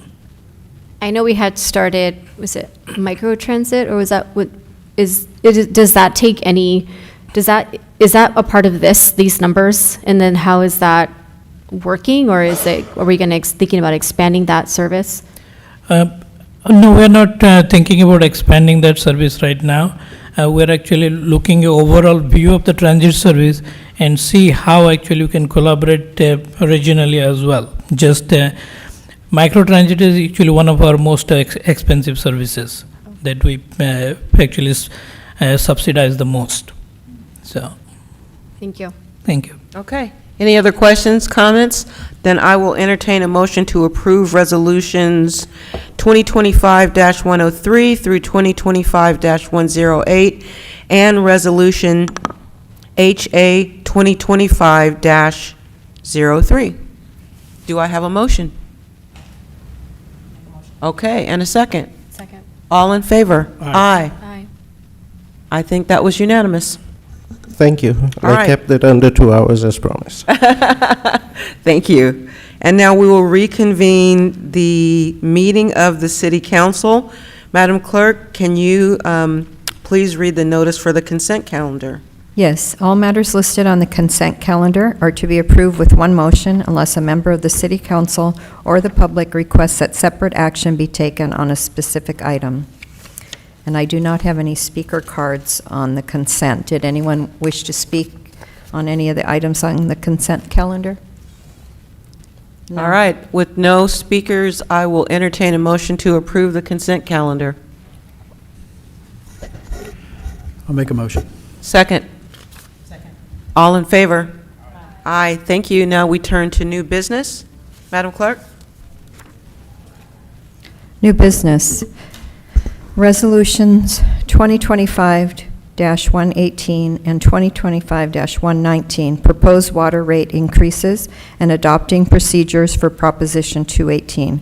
Resolution 2025-118, authorizing the City Council to direct staff to initiate the Proposition 218 process and setting a public hearing relating to proposed increases and modifications to the city's water rates and making environmental findings with respect thereto pursuant to the California Environmental Quality Act, and Resolution 2025-119, adopting procedures for the conduct of a public hearing and majority protest proceedings relating to proposed increases and modifications to the city's water rates in accordance with Article 8D of the California Constitution, the Proposition 218 Omnibus Implementation Act, and Government Code Sections 53759-1 and 53759-2. And our presenter is Michael Heather, Assistant Public Works Director of Utilities. Thank you. Good evening, Madam Vice Mayor, council members. Mr. Handlers, Vice President of Bartle Wells, is also joining us. He will be co-presenting a portion of this item with me tonight. These items before you seek to establish two resolutions. The first authorizes staff to initiate the Proposition 218 process for proposed water rates increases and modifications, and the second adopts procedures for the Proposition 218 process and establishes an exhaustion and administrative remedies requirements pursuant to the new Assembly Bill 2257. I want to make it clear we are not adopting any rates tonight. Rather, your authorization would kick off the months-long process of public outreach, receiving written protests, responding to written objections, as well as notifying and holding the public hearing, which we're proposing to schedule for November later this year.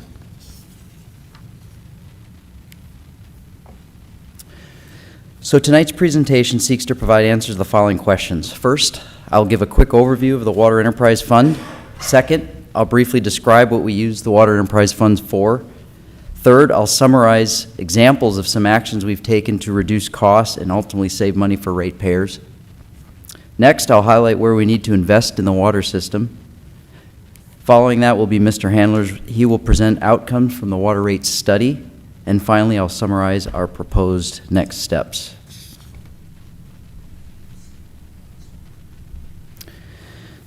So commonly when folks are talking about budgets, they're usually referring to the general fund. However, Fairfield Municipal Utility is part of the business-like operation and financially is contained within an enterprise water enterprise fund, which is similar to the others that cities have. The Water Enterprise Fund is separate and apart from the city's general fund, and as such, income for the Water Enterprise Fund primarily comes from water sold to customers, which must cover all expenses for utility activities. Enterprise funds are intended to be self-sufficient, meaning that money we collect must cover the expenses of owning and operating the water system.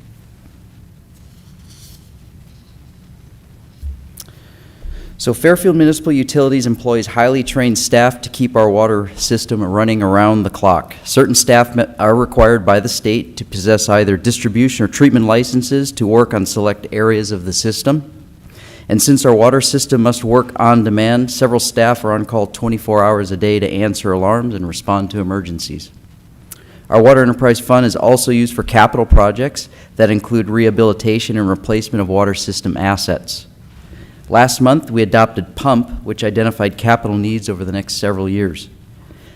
Maintenance activities, especially planned or preventative maintenance, are also funded by the Water Enterprise Fund.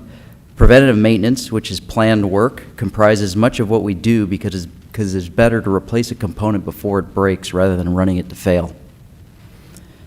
The enterprise fund must also contain capital and operations reserves. And finally, along with emergency reserves, the water enterprise fund must be able to meet debt service obligations from previous loans.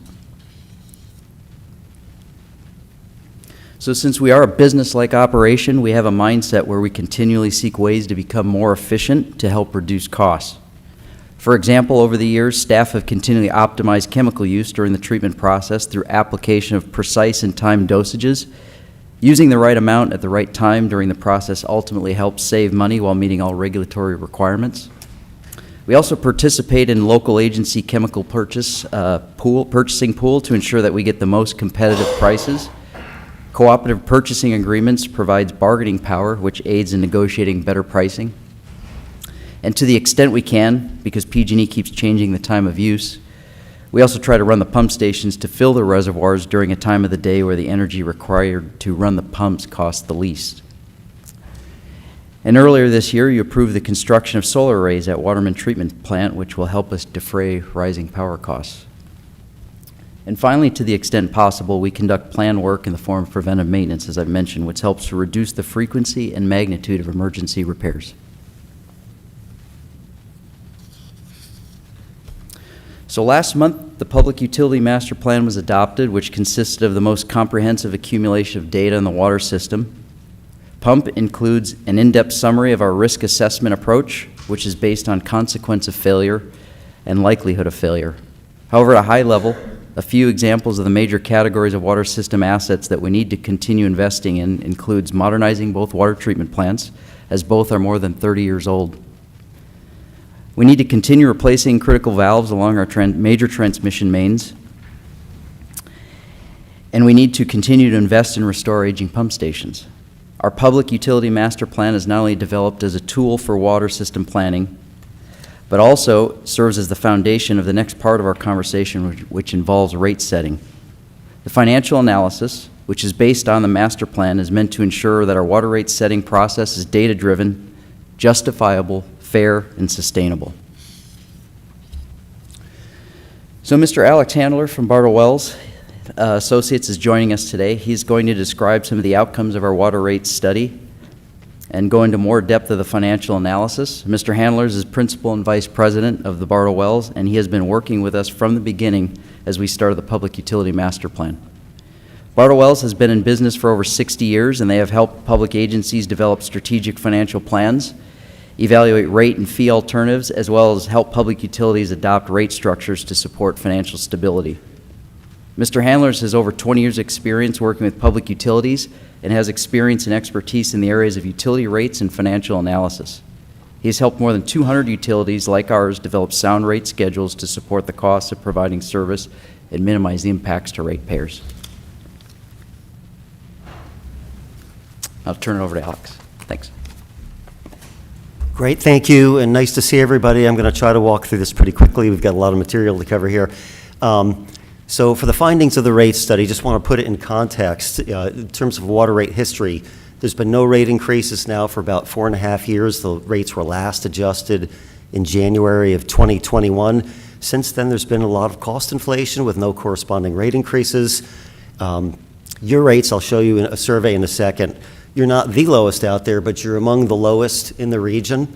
A typical home using about 10 units of water, about 250 gallons per day, the bill works out to be about $54 a month, which is a lot better than a number of other agencies I work for. So your rates are about 30% below the regional average. As Michael just mentioned, your water utility is self-supporting. The rates really underlie everything you do. As such, you've got to keep those rates at adequate levels to support all your funding needs. This chart here shows the survey of the regional agencies. The orange arrow points to where your typical single-family bill is compared to everybody else. Again, it's not the lowest, but it's in the lower range out there, and it's been one of the lower ones out there for a number of years, is my recollection. In terms of the finances, your city has historically done a very good job with small annual rate increases each year to keep the rates in line with the cost of service and prevent the need from having to do a periodic rate spike. Well, it's now been 5 years. You paused the rates while you're kind of going through the master plan process to really get a better handle on what all the capital funding needs are, but it's been a while. You're in good shape still. Those prior rate increases put you on sound footing. However, you are going to need rate increases going forward, and the big drivers of that are, number one, it sounds like you're operating in deficit mode now with this new budget. The operating costs have gone up. Number two is capital needs. You've got a lot of old infrastructure that pump master plans identified. I'll go into that in a minute, a little more detail. And also making sure you stay on top of your debt service coverage covenants, which are legally required for the city to meet. In terms of the capital needs, you are like many agencies in the Bay Area and all around California. You've just got a lot of old infrastructure that was put in 50, 80, in some cases even more years ago. It's been operational, but a lot of facilities are just approaching the end of their useful life. That master plan that was recently identified, it's about $340 million of capital needs over the next 25 years, and that's in current dollars. Obviously, it's going to cost more when you have to bid out projects in 10 years.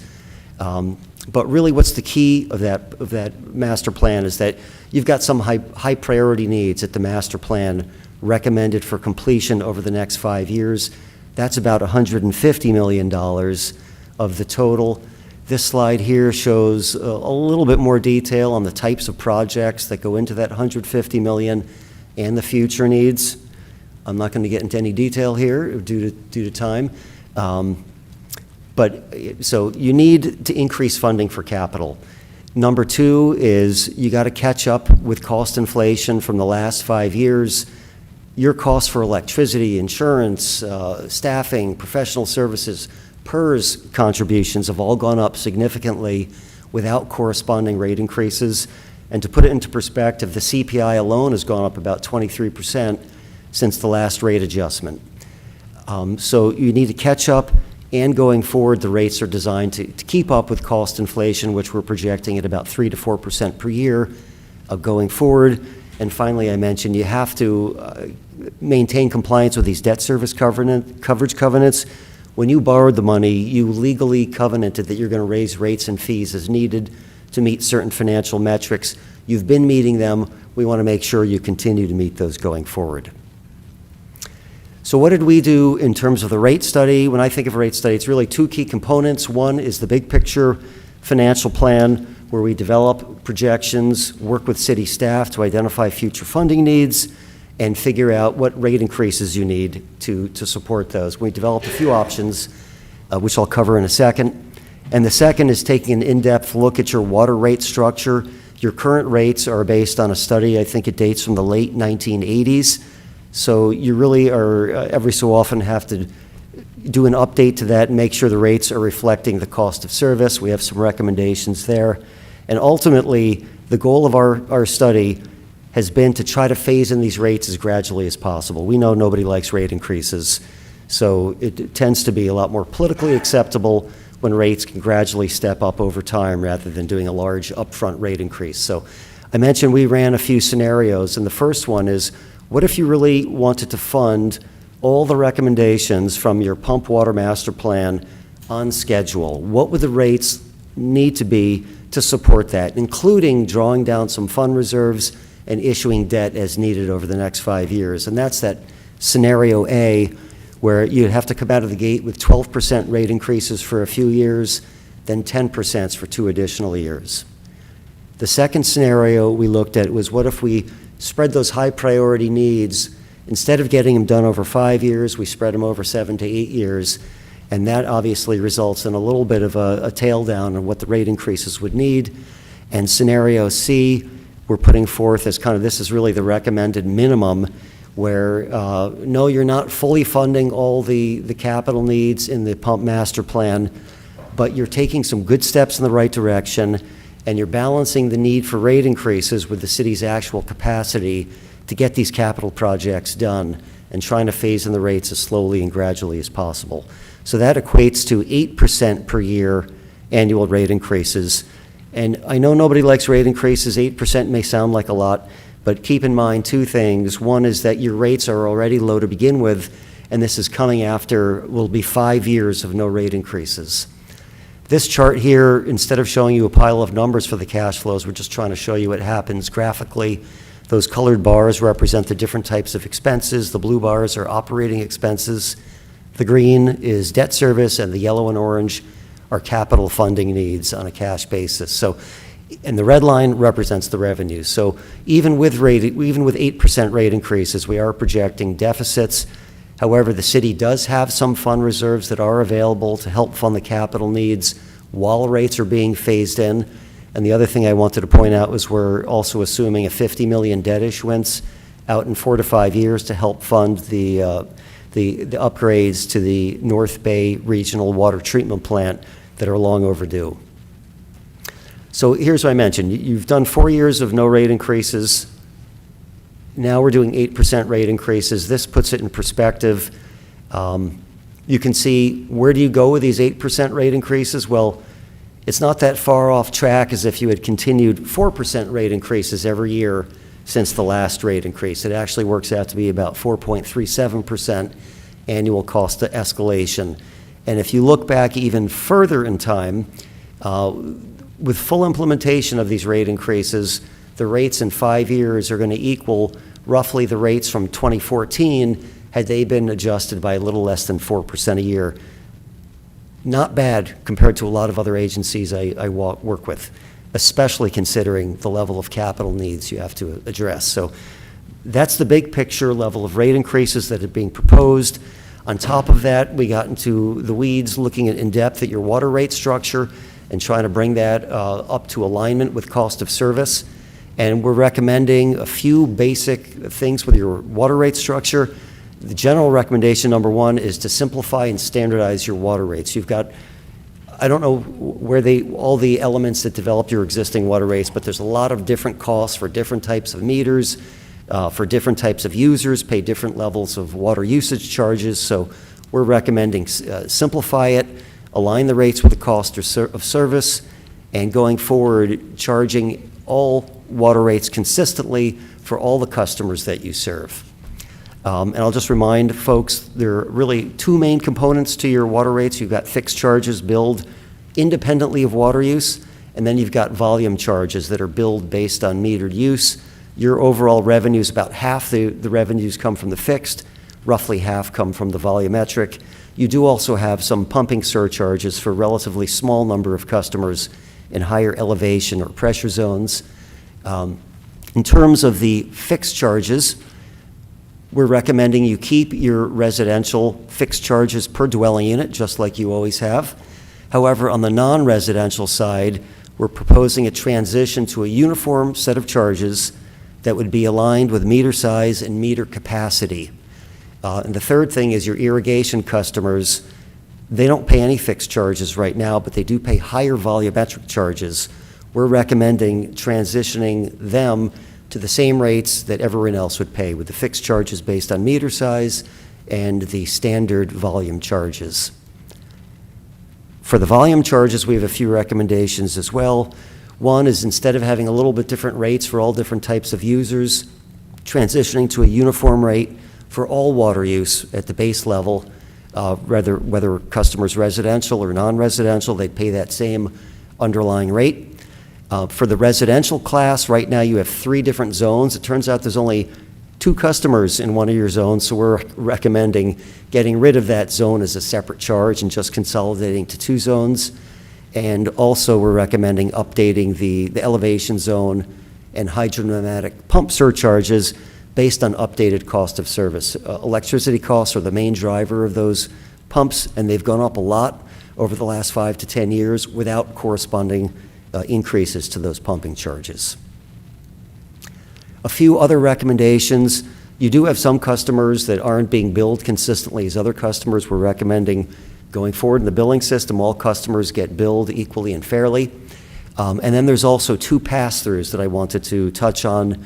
One is adopting authorization that would give the city ability to pass through increases in wholesale water supply costs that are in excess of 4% a year in case ever needed, such as during a big drought, You get your water from, you import it all from two sources.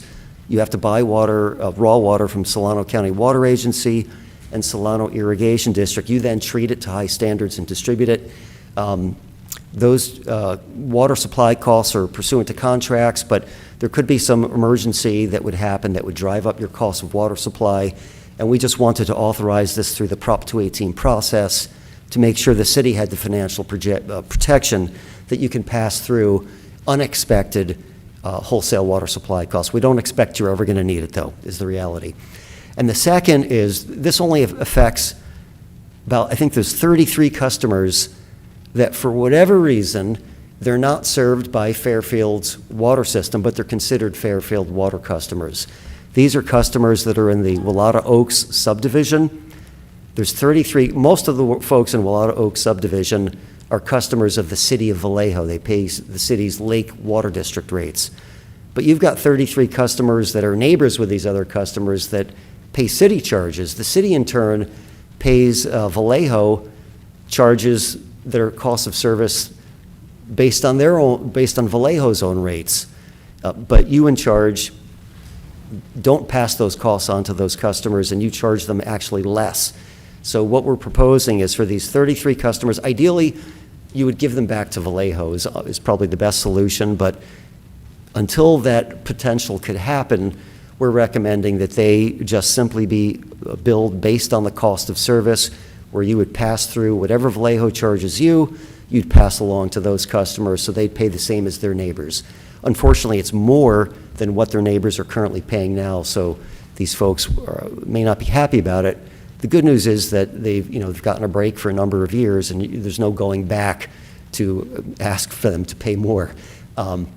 So to conclude with the rates, the first year rate adjustments, all these adjustments I talk about, those would all be implemented the first year along with an overall 8% rate increase. So the first year impacts are going to vary a little bit from customer class based on what customer class they are, what meter size, what their level of use is each month.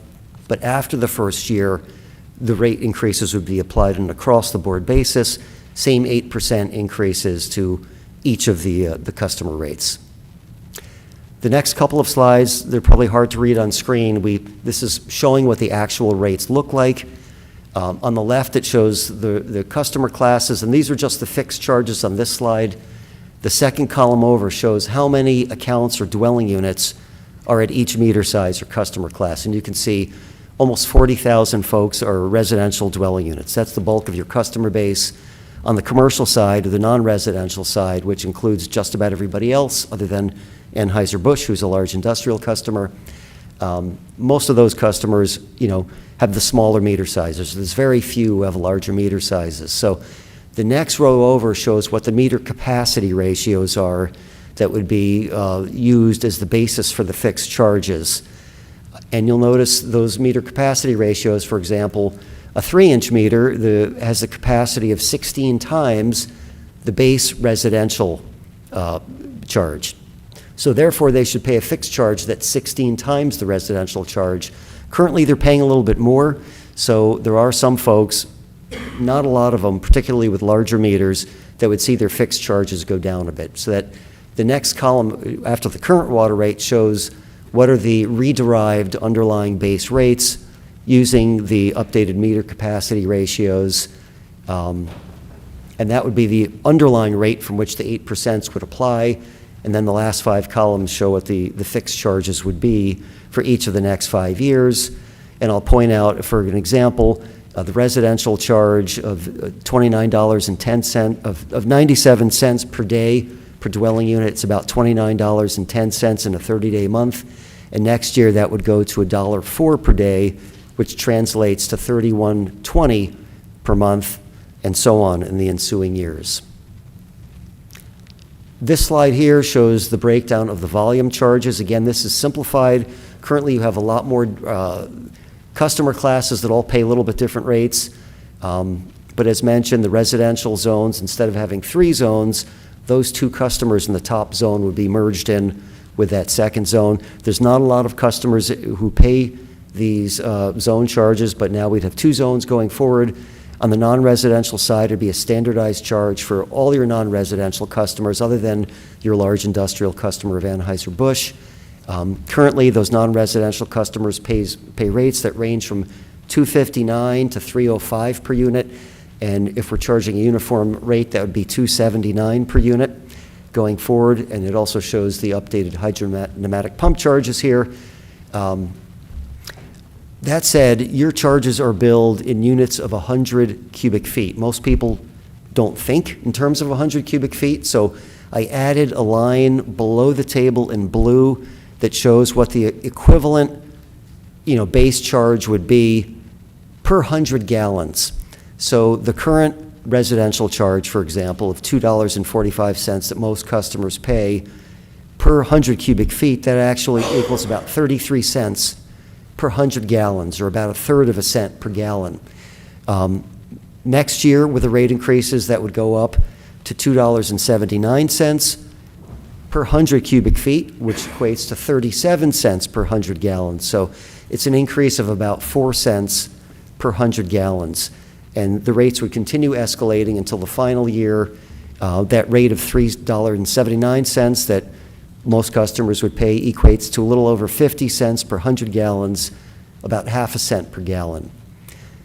The other thing that's below that is, what would the rates look like for the Willata Oak subdivision customers if you simply pass through what the city of Vallejo is charging you to supply the water, because Vallejo is the one who serves them. They would pay a fixed charge equivalent of 29 cents per day lower than your fixed charge, but unfortunately the volume charge that Vallejo charges is $16.21 per 100 cubic feet, so that would be a big increase for those customers. And what we're proposing is that those rates would be subject in future years to pass through. Whatever rates Vallejo charge, you would in turn pass those through, so those customers would pay the cost of service, as I already mentioned. This slide here kind of shows a distribution of monthly bills for single-family homes. You've got a lot of customers who use 4, 5, 6, 7 units per month. The average per month for your residential base is about 10 units per month, so that's what we've been using in our rate survey and to approximate a typical bill. But keep in mind, about 60% of bills are below that level in the 5, 6, 7 range. This slide here shows what are the actual dollar impacts to rates, accounting for all the recommendations that have been proposed, and we're showing this for 4 different levels of users. I'm just going to highlight the average user using 10 units. Current bill's about $54 a month.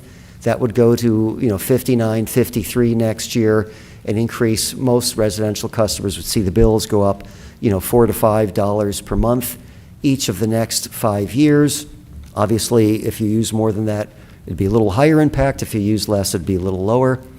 But I do want to point out, even with these proposed rate increases, again, we know nobody likes rate increases, but we're trying to phase them in. And even with all these rate increases, we expect your rates are going to stay well in the lower middle range compared to other agencies out there. Why? Because you're not the only one facing a lot of these cost pressures. All the other agencies out there have been facing cost inflation, aging infrastructure, and a lot of them already have adopted multi-year rate increases, or in the process of doing so, or are planning to do so. So we think you're going to look very favorable compared to the other agencies going forward. And finally, the City of Fairfield offers an economic hardship discount to customers who qualify based on income eligibility.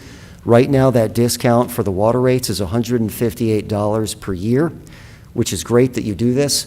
What we're proposing is that that discount be escalated in future years in line with the water rate increases. These discounts are funded by non-rate revenue, so it doesn't impact any other customers. But as we find in most agencies, not everyone who's eligible is always on these programs, so just a public announcement for anyone who thinks they may be eligible, please contact the city and they can work you through the process and find out if you're eligible, and if you are, make sure you get the discount going forward. So that concludes what I was going to cover. I'm going to turn it back over to Michael to talk about the process here. Thanks, Alex. Thank you, Alex. So what are our next steps? what our proposed next steps is to adopt resolutions to initiate the Proposition 218 process for proposed water rate increases and modifications, as well as adopt procedures for the Proposition 218 process and establish an exhaustion and administrative remedies requirements pursuant to the new Bill 2257. We are not adopting any rates tonight. We have to come back later this year to have a public hearing after we publish the rate study and continue outreach for the next several months. So with that, we'll take any questions. Thank you very much for a very comprehensive presentation. Colleagues, any questions, comments? The reason we didn't have that 4% increase during those years, 22 and on, was that because of why exactly? COVID and because we were getting the new plan? Was that the reasons why we didn't increase? That's part of it. So when I came into I'm the third person in the role that I'm in now since the 1980s. So when I took over from my predecessor, he had already enacted, he had a current rate structure, and then with COVID, that wouldn't have been a very popular decision. There were folks that weren't even able to keep up with paying their bills. Depending on how far you looked, it was to the tune of like $1 million over 6 months. So that probably would have not been a very popular choice. As I started to progress into the role and looking at what we needed to invest in, we needed to take a look. And what we've done in PUMP is take some of the previous qualitative data and make it quantitative. So the rates that we're looking at is data-driven. Okay, thank you. Do we have any public speakers on this item? I don't have any cards. Did anyone wish to speak? No. Okay, thank you. Any other comments? Councilmember Williams. Thank you, Vice Mayor. Michael, I think it was slide 21. Okay, I was wrong. The discount. The discount. Mm-hmm. Yes, madam. I think that one there, madam. Yes, 24. So I'm really glad that we do this discounted rebate, and I'm wondering if, and of course, we're going to have to go up in rate. But to me, this is I love the public announcement, and I don't know if it comes with like a grid. By household of how you qualify, but if it's not out there in the universe, could we push it out in social media?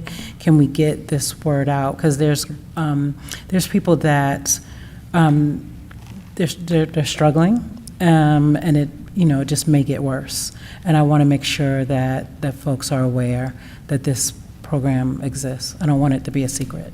Yeah, absolutely. I will tell you that all our billing folks, the finance folks downstairs, work actively with customers and through trying to procure state grants to help fund those types of programs. Absolutely. Any other questions or comments? Councilmember Panduro. Thank you, Michael. So as the rates increase, right, if it passes, it's every year that it goes up. Are residents notified each time, or are they just supposed to know that it's going to go up every year? I think it's nice to remind them every year. You would all pass the initial rates, right? But it's nice to push out that, and we do that on the solid waste side. We usually send out in the mailer or in the bills that it's another scheduled rate increase, something we could do. Okay, and then I had another question around the wholesale of the water. One of the items that was recommended was to pass on the wholesale cost.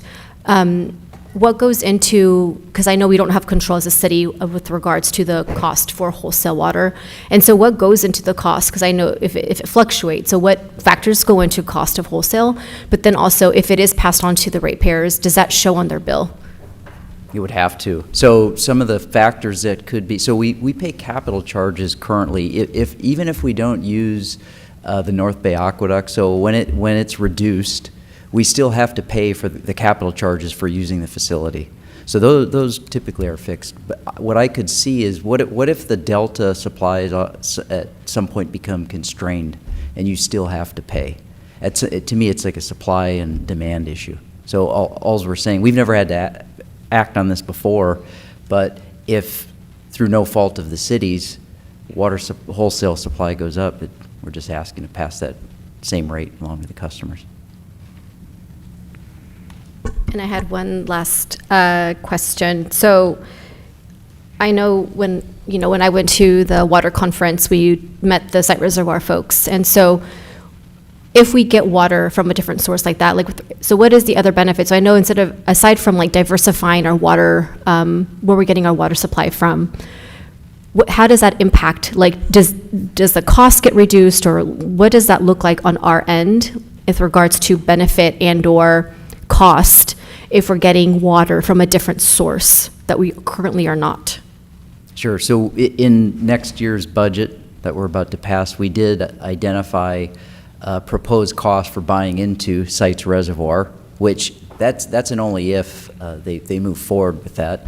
But as I look at it, it's better to have options, and it's better to have something and be able to fall back on it, because you never know when it stops raining or certain parts during times of the year when the Delta smelt are at compliance points and we have to ramp the pumps down. You're not able to use the North Bay Aqueduct you're not fully utilizing it. Would the Sites Reservoir water be considered wholesale water, or is that just? Yes. Okay. Yes, yes, madam. We would have to, so if we work with the agency to get a contract, we still have to work with SQA, who will be the wholesaler. Got it. Yep. Okay. Thank you. Because it would be peddled through the North Bay Aqueduct. Okay. Thank you.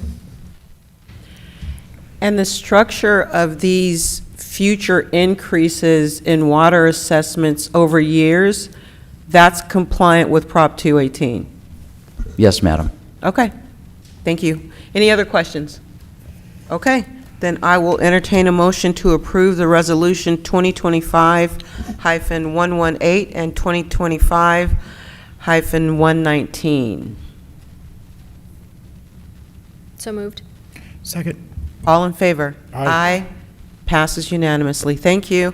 Our last item for tonight, back to public hearings, is item R.1. Madam Clerk. Public hearings, Resolution 2025-120, approving fiscal year 2025 to 2026 Smith Ranch Assessment District, approving the fiscal year 2025 to 2026 engineers report, confirming the boundaries and assessment, and ordering the levy and collection of assessments for the Smith Ranch Assessment District. And our presenter is Chris Lewis, Senior Management Analyst. Good evening, Mayor, members of the council. No PowerPoint for you tonight. Just a quick public hearing and a resolution 2025-120 approving the fiscal year 25-26 assessments for the Smith Ranch Assessment District. So this district was established in 1986 to fund the construction and maintenance of streets and storm drains and other infrastructure out there in the Rancho Solano community. The 25-26 assessments are proposed at the rate of $325 per parcel for the year, and this rate does not exceed the maximum of $395 per parcel per year. The proposed budget is a little over $4.8 million for 25-26, and this is to fund the 2026 Rancho Solano pavement maintenance project, which was included in the CIP presented to you previously. So on May 6th, Council adopted Resolution 2025-67, granting preliminary approval of the engineer's reports, assessments, and levy. And the final step in the annual approval process is to conduct the public hearing and adopt the resolution before you tonight. This concludes my presentation. Thank you. Okay, I will open the public hearing. Do we have any public speakers on this item? I don't have any cards. Seeing none, I will close the public hearing, bring it back for council discussion. Colleagues, any questions or comments?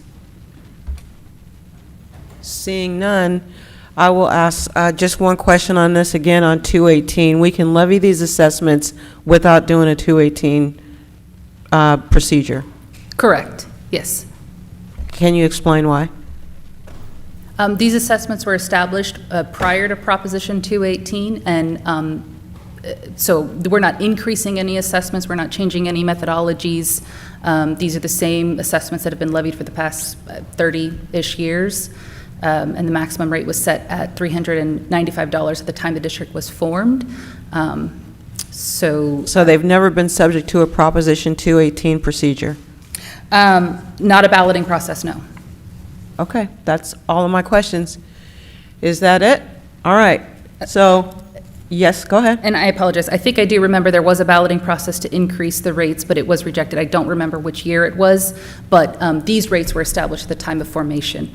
I think there was a balloting process put forth before the property owners, maybe in the 90s, early 2000s, but they did not increase the CPI. Okay. Increase the assessments with CPI, excuse me. So you're saying that these numbers were established prior to the adoption of Prop 218? Correct. Which makes them not affected by the proposition now? Correct. Okay, that's all I have. So with nothing else, I have no other we have no other business before the city council. We need a motion. Yeah, we need approved, yeah. We Oh, need do you we to need a adopt it first, yeah. Oh, I'm getting a little excited there. All right, I'll entertain a motion to approve Resolution 2025-120. I'll make a motion. All right, do I have a second? All right, all in favor? So moved. No other business before the city council meeting. The next meeting is on July 1, 2025. Thank you, everyone, and good night.